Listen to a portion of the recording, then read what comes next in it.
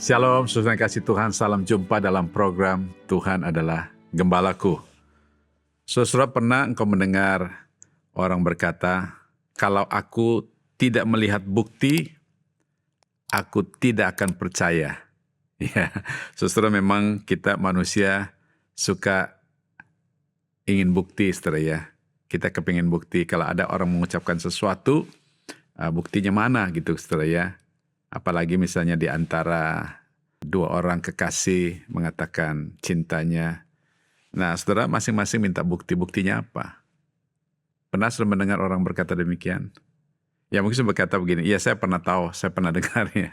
Ya namanya Thomas, saudara ya, Thomas murid Yesus. Ketika itu saudara, murid-muridnya bersama-sama Yesus. Dan Thomas tidak ada di sana.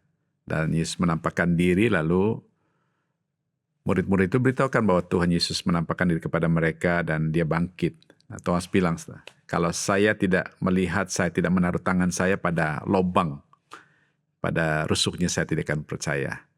Nah, saudara-saudara ya memang dalam hidup ini ada orang-orang yang percaya kalau dia melihat buktinya. Tetapi juga ada orang-orang yang percaya tidak hanya melihat bukti tetapi hanya mendengar saja, saudara ya. Nah, di dalam pelayanan Tuhan Yesus, saudara, ada satu kisah ataupun peristiwa yang menarik sekali tentang seorang yang mengalami mukjizat Tuhan. Untuk itu mari kita membaca di dalam Matius pasal 8 ayat 1 sampai yang keempat. Demikian firman Tuhan, setelah Yesus turun dari bukit, orang banyak berbondong-bondong mengikuti dia. Maka datanglah seorang yang sakit kusta kepadanya lalu sujud menyembah dia dan berkata, Tuan, jika Tuan mau, Tuhan dapat mentahirkan aku. Lalu Yesus mengulurkan tangannya, menjamah orang itu dan berkata, aku mau, jadilah engkau tahir. Seketika itu juga tahirlah orang itu daripada kustanya. Lalu Yesus berkata kepadanya, ingatlah, jangan engkau memberitahukan hal ini kepada siapapun, tetapi pergilah perlihatkanlah dirimu kepada imam dan persembahkanlah persembahan yang diperintahkan Musa sebagai bukti bagi mereka. Saudara, bagian ini sepertinya sebuah peralihan dari pengajaran Tuhan Yesus tentang hal-hal doktrin, saudara ya. Kemudian dia kembali coba men-switch perhatian pelayanannya kepada hal-hal yang bersifat praktis. Setelah Tuhan Yesus mengajarkan tentang orang bijak dan orang bodoh, saudara ya. Kita lihat di sini Tuhan membawa kita untuk melihat bagaimana apa yang dia ajarkan itu nyata di dalam pelayanan praktis kepada orang-orang yang membutuhkan, khususnya orang yang sakit di sini, saudara ya. Nah, di sini dikisahkan seorang yang sakit kusta datang kepada Yesus, saudara, entah kenapa dia datang kepada Yesus dan bagaimana dia datang kepada Yesus, kita tidak tahu. Di dalam ayat yang kedua itu dikatakan begini, maka datanglah seorang yang sakit kusta kepadanya, lalu sujud menyembah dia dan berkata, Tuan, jika Tuan mau, Tuan dapat mentahirkan aku. Setelah menurut saya ini adalah sebuah tindakan ataupun ekspresi iman yang hebat sekali, saudara. Kenapa? Ada 3 alasan. Yang pertama adalah karena walaupun dia tidak melihat Yesus, dia tetap percaya pada Yesus. Kita tahu, saudara, orang-orang kusta itu pada masa itu tidak boleh tinggal di kota. Orang-orang kusta itu mereka tinggal di luar kota. Mereka tidak boleh kumpul dengan orang-orang yang sehat. Kalau mereka bersentuhan dengan orang sehat, maka orang yang terkena orang kusta akan najis. Maka tidak mungkin, saudara, dia ikut beramai-ramai dengan orang yang mendengarkan pengajaran Yesus. Dan termasuk tidak mungkin hadir mendengar khotbah Yesus tentang orang bijak dan orang bodoh itu, saudara. Karena memang tidak boleh berada di kerumunan orang banyak, saudara. Kalau ada pasti dilemparin batu kan. Nah, saudara, saya kira kemungkinan besar adalah dia mendengar dari mungkin keluarganya, familinya yang menyampaikan, atau juga dia mendengar dari berita orang yang lalu lalang mungkin lewat di daerah itu, saudara. Saya ingat satu firman Tuhan berkata begini, iman timbul dari pendengaran, yaitu pendengaran akan firman Tuhan. Saya kira saudara, karena orang yang mengalami sakit kusta ini, dia mendengar, dia percaya bahwa Yesus sanggup untuk menyembuhkan dia. Kemudian yang kedua adalah karena iman, dia berani mendekati Yesus. Saudara-saudara, kalau kita mencermati, orang yang sakit kusta itu tidak bisa mendekati orang yang normal. Ya, seperti saya katakan tadi, kalau dia mendekati orang yang normal, maka orang yang bersentuhan dengan dia menjadi najis, saudara. Dan ini juga risiko buat Yesus. Ketika orang ini datang mendekati Yesus dan mungkin menyentuh Yesus, bisa saja, saudara, masalah besar. Ya, Yesus bisa dikatakan najis karena menyentuh orang yang sakit kusta. Tapi perhatikan baik-baik di sini. Oleh karena iman, ada keberanian seseorang yang boleh dikatakan sakit kusta untuk mendekati Yesus. Apakah dia tahu Yesus akan menerima dia? Saya kira bisa dia tahu, bisa tidak tahu. Tapi satu hal, dia percaya Tuhan Yesus pasti menerima dia. Nah, itu sebabnya apa? Dengan keberanian dia datang mendekat kepada Yesus. Dia percaya bahwa Yesus akan menerima dia, saudara ya.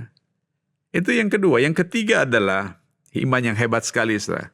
Karena iman, dia datang merendahkan diri di hadapan Yesus. Nah, saudara, menarik sekali ketika dia datang merendahkan diri. Kata merendahkan diri dalam bahasa aslinya itu dia proskunien, ya, sama dengan proskonio. Jadi dia merendahkan diri seperti seseorang yang menyembah kepada para dewa. Dia mempunyai sikap hormat yang sampai merendahkan diri di hadapan Yesus karena dia percaya bahwa Yesus itu adalah pribadi yang sangat-sangat agung, sangat mulia, pribadi yang mau menerima dia apa adanya.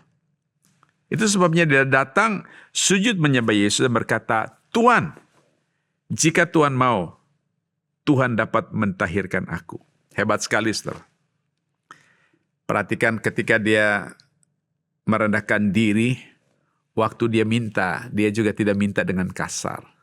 Dia minta dengan sangat-sangat sopan. Dia katakan, Tuhan, jika Tuhan mau, Tuhan dapat mentahirkan aku. Wow. Saya kagum, saudara, dengan orang ini. Perhatikan, saudara, apa respons Tuhan Yesus. Ketika Tuhan Yesus mendengar permintaan daripada orang yang sakit kusta ini, saya kira Tuhan melihat imannya. Iman yang percaya walaupun tidak melihat. Iman yang berani sekalipun ada risiko. Dan iman yang hebat sekali. Dia datang tunduk merendahkan di depan Tuhan dan memohon belas kasihan Tuhan. Dan Tuhan mengulurkan tangannya, saudara.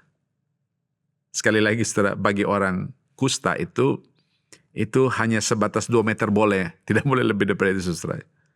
Maksimal 2 meter. Supaya tidak bersentuhan. Tetapi perhatikan baik di sini bahwa Tuhan Yesus mengulurkan tangannya.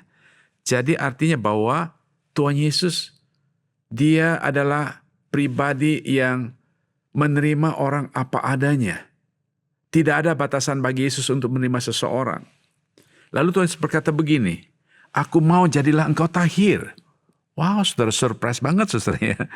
Tuhan Yesus menjawab bahwa dia mengabulkan permintaan orang ini dan menyembuhkan orang yang sakit kusta itu. Firman Tuhan katakan, seketika itu juga orang itu telah disembuhkan oleh Tuhan. Dia katakan, pergilah perlihatkanlah dirimu kepada imam dan persembahkanlah persembahan kepada Tuhan seperti yang diperintahkan oleh Musa. Menarik. Saudara, kenapa Tuhan Yesus perintahkan dia untuk beritahukan kepada imam? Karena imamlah yang melegalkan seseorang, memberikan legalitas kepada seseorang bahwa orang itu betul-betul tahir. Sehingga dia dapat kembali diterima oleh masyarakat pada umumnya. Lalu mempersembahkan persembahan seperti yang diperintahkan oleh Musa. Artinya apa? Dia belajar untuk bersyukur kepada Tuhan. Bahwa kesembuhan yang dia terima itu adalah berasal dari Tuhan. Saudara yang dikasih di dalam Tuhan, saya yakin kita pun adalah orang-orang yang ingin mengalami kuasa dan mujizat Tuhan dalam hidup kita. Mungkin pergumulan kita hari ini ya tidak sama dengan orang ini. Mungkin persoalan kita berbeda, mungkin itu berkaitan dengan kebutuhan kita, kesehatan kita, sakit penyakit kita, ataupun usaha kita dan sebagainya, saudara. Saudara-saudara, mungkin juga persoalan yang kita hadapi bukan masalah fisik tetapi masalah rohani. Dan saudara, kita mau mengalami mujizat Tuhan dalam hidup kita. Setelah kita belajar dari orang yang sakit kusta ini, mari kita belajar sebagai orang yang percaya tidak hanya sekedar percaya. Kita menjadi orang yang percaya tidak berkata, aku percaya kalau aku melihat. Buktinya apa? Tandanya apa? Maukah saudara percaya walaupun engkau tidak pernah melihat, tetapi percaya kepada firman Tuhan. Bahwa Tuhan berkuasa, bahwa Tuhan sanggup untuk menolong saudara. Bagi Tuhan tidak ada perkara yang mustahil. Bagi Tuhan tidak ada yang terlalu sulit. Bayangkan saudara, orang yang disingkirkan tetapi Tuhan menerima dia apa adanya. Tidak masalah persoalan saudara apa. Ketika kau datang kepada Tuhan, Tuhan datang dan Tuhan menerima engkau apa adanya. Yang kedua saudara, mari kita belajar bersama-sama beriman kepada Tuhan. Berani mengambil risiko. Mungkin ini sulit bagi kita saudara. Kalau kita berkata percaya kepada Tuhan walaupun tidak melihat bukti, percaya karena mendengar, oke. Tapi beranikah kita saudara? Ketika kita belajar percaya, berani ambil risiko. Risiko apa saudara? Mungkin risiko yang berat bagi kita.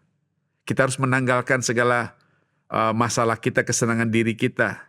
Ataupun menanggalkan hal-hal kebiasaan buruk kita. Beranikah kita saudara? Atau beranikah kita mengambil keputusan yang bertentangan dengan situasi keadaan kita hari ini? Ada banyak orang yang berani mengambil keputusan sekalipun ketika dia percaya Tuhan Yesus ditentang oleh keluarga, ditentang oleh family, ataupun mungkin tidak lagi diajak berteman dengan teman-temannya saudara. Beranikah kita mengambil risiko seperti itu lalu kita mendekat kepada Tuhan, berseru kepada Tuhan? Dan mari kita juga belajar ketika kita berkata aku percaya kepada Tuhan. Mari kita belajar untuk merendahkan diri depan Tuhan. Merendahkan diri, menghormati Tuhan, menghargai Tuhan. Dia pribadi yang begitu agung, begitu mulia. Dan dia Tuhan yang berkuasa atas segala sesuatu. Datang kepada dia dengan kerelaan hati. Firman Tuhan berkata bahwa dia menentang orang yang congkak. Tapi dia menghargai orang yang datang dengan penuh kerelaan hati depan Tuhan. Nah, saudara, biar kiranya kita belajar sebagai orang yang percaya kepada Tuhan. Saya percaya. Jikalau engkau orang yang percaya kepada Tuhan, engkau percaya kepada dia dengan segenap hatimu, percaya kepada dia bukan karena melihat tanda, percaya kepada dia dan berani mengambil risiko, percaya kepada dia dengan hati yang tunduk dan hormat kepada Tuhan. Tuhan pasti mendengar doa saudara dan menjawab doa saudara. Dan engkau mengalami mujizat yang Tuhan akan nyatakan di dalam kehidupan saudara. Mari kita tunduk kepala, kita berdoa. Bapa kami di surga, terima kasih buat firman-Mu hari ini. Kami belajar bagaimana kami percaya. Kami mempercayakan seluruh hidup kami kepada Tuhan. Mempercayakan seluruh persoalan hidup kami kepada Tuhan. Karena kami tahu ya Tuhan, Engkau punya jawaban hidup kami. Engkau sanggup untuk menolong kami ya Tuhan. Terima kasih Bapa. Terpuji nama-Mu. Dalam nama Tuhan Yesus Kristus, Juru Selamat kami berdoa. Haleluya. Amin.